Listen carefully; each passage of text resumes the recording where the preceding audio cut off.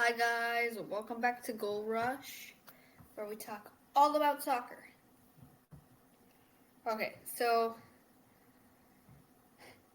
I'm gonna start it out with formations, and then soccer news, and then we're gonna watch some highlights, and I'm gonna talk about the Thorns game last night. And when I record this is a Sunday, so the game against San Diego was on September 30th. So we're going to talk about that one because there's some points I want to be made in there. So yeah. So okay, I'm gonna keep saying so for some reason. I'm gonna share my screen with you guys, and we're gonna start with this one first. Okay. So we're gonna look at. Like how it doesn't show me. I can't even see that. Hang on. Alright, the 4-4-1-1 formation. 4 defenders, 4 midfielders. And to be honest, you kind of got like... It's like the 4-4-2, you got 2 forwards.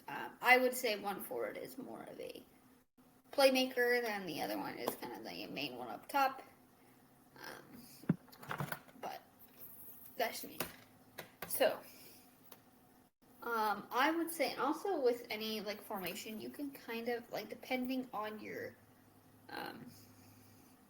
like your team and the setups, and like what's best for your players, you can kind of put them where they need to be. Because I will say, a lot of soccer games are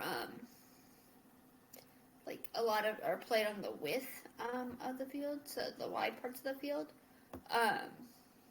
And you just see it a lot in games. Don't get me wrong, like you do see play in the middle, but like a lot of the times they do kind of push the ball outside to bring it inside, to cross it inside. So, but the one that this one's using is like, you got, I would say it's kind of like you get the 4 defenders. I would say maybe some defensive midfielders. These are kind of more your wingers, the ones who are outside. I would say even the one of the 2 forwards you got up there. So technically this is your striker, this is your forward. Technically it's kind of acting as the attacking midfielder per se, and getting the ball up there. Hopefully to get an assist, stuff like that. And then obviously your main striker up here. These 2, I would say, just provide more coverage to the back. But let's see here. Let's see what this actually says, but I can't just read that. So another variation of 4-4-2, employing 4 defenders, 4 midfielders, 1 striker, playing the area in front of the midfield, but slightly behind the most forward striker, which is also known as in the hole. Yeah, so they're kind of, I guess, like, in terms of, like, they're the ones that are kind of the in-between, like, when the midfielders do get it back. Yeah. Okay, so I'm going to stop sharing that screen for a minute with you guys. I'm going to get into the next one.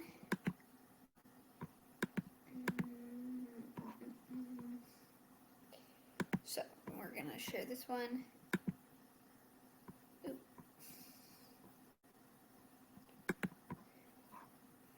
Okay, so, but I don't know why it's been doing this. Get off my screen so I can read it. Okay, so, and I told this story earlier, hence why I did this one. FC Barcelona icon Messi will leave Inter Miami in 2025, and he has chosen a new club to retire, report says. Which I think, in all honesty, if you've been kind of keeping up, he's kind of talked about retiring, and where he kind of wanted to retire. But he has, he did want to play in America, so yeah. FC Barcelona icon Messi has decided to, computer, decided to leave enter Miami in 2025, according to, I'm not even, and the Argentinian has already chosen his next destination, the club where he will retire after completing arguably the greatest football career of all time.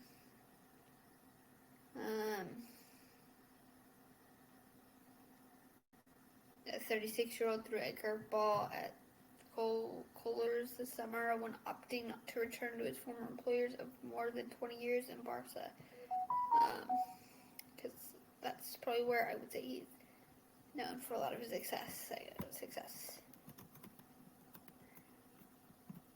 Messi was nearing free agency with Paris Saint-Germain at the time, rather than wait for the Catalans to get their financial house in order. However, the number 10 ventured over the Atlantic to enter Miami in the MLS, where he has proven a roaring success.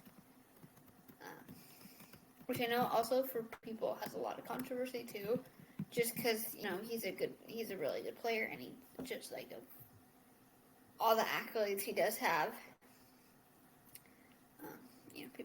People don't think he should be in the MLS, but in all honesty, if he wants to play in America, why not let him? He penned a 2-season deal which pays him between $50 and $60 million per year, as explained by Inter Miami co-owner George. It's not George. I know it's not Jordan. Elsewhere, though, there may have been reports that Messi will make an eye-watering some separate agreements with Apple and Adidas, and whether that's accurate or not. And once again, he's a free agent in 2025. While his current country of residence, the United States, will host the World Cup with Mexico and Canada, which Argentina will look to go into as defending champions. A year later, the leader looks to head south, as opposing to continue his career on American soil. And to be honest, I think a lot of people don't realize that he has said he may not play in the 2026 World Cup. So this is because Messi has decided to join Newell's Old Boys in his hometown of. I'm not even trying that because I'm gonna butcher it so bad. In what would be the ultimate show of respect to their typical hardcore supporters. Messi got a feel for the kind of I'm not good at big words. I'm really tired. I'm just gonna say admiration he would receive from them on a weekly basis when playing in a testimonial match for Maxi Rodriguez at their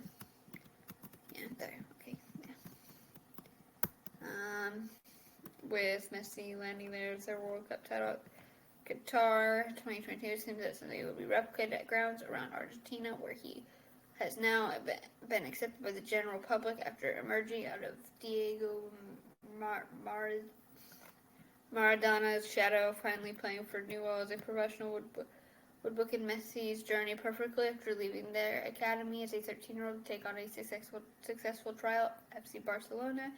Regardless of where he ends up next, though, it is still likely that Messi once more is in his own tribute match when the renovation of their Camp Nou Stadium is finished. So, yeah. At least look till 2025 for him to be there. Okay. I'm going to stop sharing the screen. So before I go into the next thing, so the highlights I'm actually going to show you guys today are from the Thorns match last night. So the reason I kind of decided to do this one, obviously, yes, I love the Thorns, and yes, I'm sad they lost.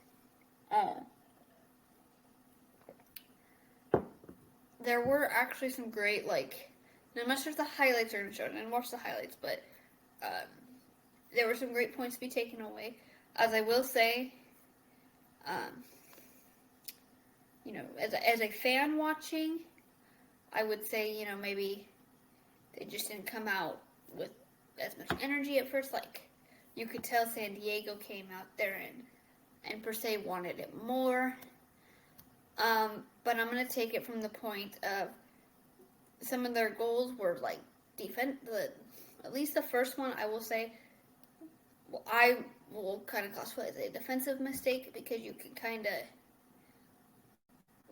of tell there that it was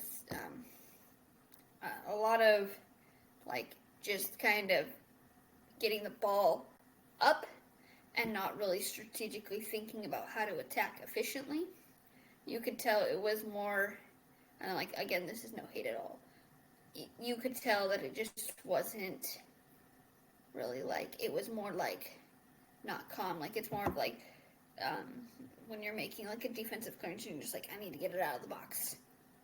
Or like you're just like, I'm just trying to get it up there. You're just like, you're hoping for the best. And as that does work sometimes, that does not always work. But I will say, like, regardless, San Diego did play a pretty good game. And yeah, so regardless, it was still a good game. Still had lots of fun. But with that being said, I'm going to kind of take it from more of a tactical standpoint and not so much of, oh, who wants it more? Sometimes that's why I don't love going to soccer games, because I'm like, I'm watching the game and I'm just like, oh, like, this is who's playing what. It's just like, so that's just what I do. But let's get into the highlights here. Okay. I did not want to watch the extended version. Sorry, but the extended version just shows up. Wait, hey. Oh, I thought it was like, give me something else. Okay. And like, see, because for one, as yes, she was left wide open. I don't know if it's gonna show the part that led up to it, but if not,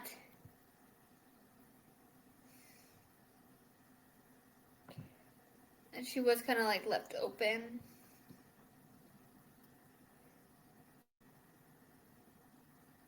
I do kind of want to look at, as you see, she's trying to dribble out there and she loses the ball. I'll take a little pause break here. So with that being said, when you do that, and I've seen it a lot in recreational soccer too, and it is mostly with the men, because men like to think they're messy over here. And if you play recreational soccer, just do beware of that, just going forward. But it's where you like, you try to dribble the ball out when, again, not thinking tactically. And I will say, like, not everyone's like, oh my god, I must think tactically every single second, because that's not what you do at your job every single day. Like, even me, I'm not like, oh, miss. No. So sometimes you do run the risk of that, but I kind of clarified as that as defensive error, because there were other passes she could have made instead of dribbling it out. But all right, let's go back to the watching the highlights here. But yeah, I will say she wasn't the best marked in the box. Good run regardless. She noticed that no one was on her. So I will say, like, in the first half. Hey. Oh, wait, I don't want to exit the full screen. I want the full screen. I don't know why it's doing this to me. Alright, guys. Okay, this will work. That's gonna give me something better than this. See, like that. See, a lot of that is actually good ball movement.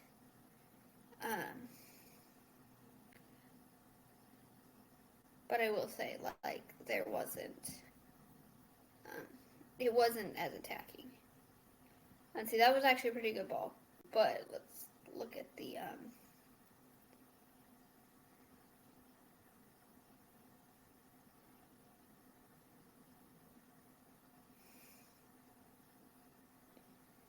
and like, you notice that no one actually goes up to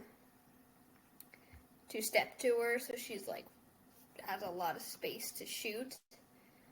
I would say for yeah, I would probably step up and actually pressure her a little bit more, because the more you step up, the more they're going to be offside. And you could see her saying, like, use our heads, like, actually, like, think about what we're doing. Now, I don't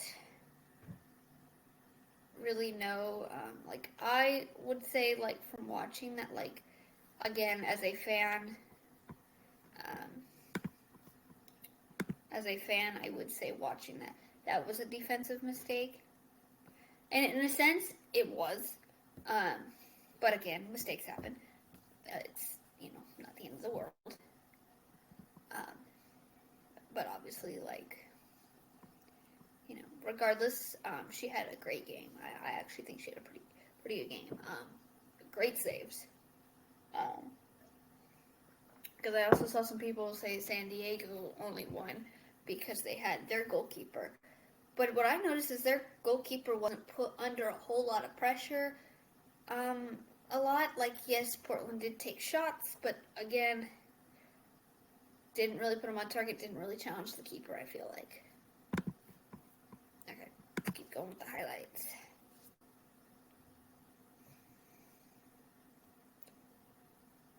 It was a pretty nice header, though. Like, one of those things that takes an awkward bounce. Like, sometimes I've tried to play goalkeeper, make a save, and it bounced so awkwardly that it will bounce right over me.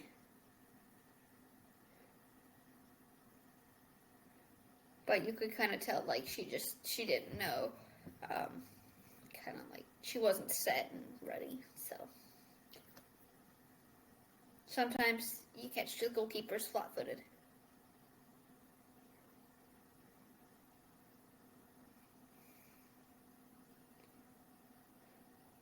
Although I will say, that's a great save and a hell of a shot, too. Both were great. I saw that, and I'm like, okay. I will say in the second half, you could tell Portland really started kind of bringing some energy into their attack. So,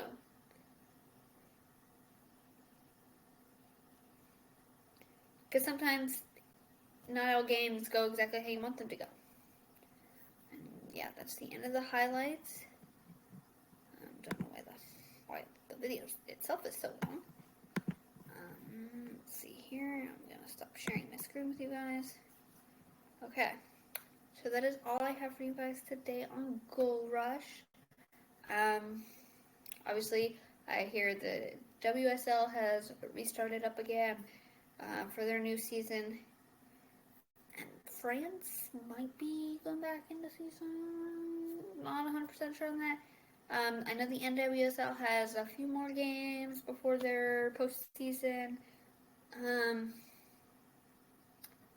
MLS obviously has games. I know that there's like other countries that also have games, like, but I would definitely go check those out. Support any player you can. So, yeah, and until next week, thanks for watching Gold Rush, guys.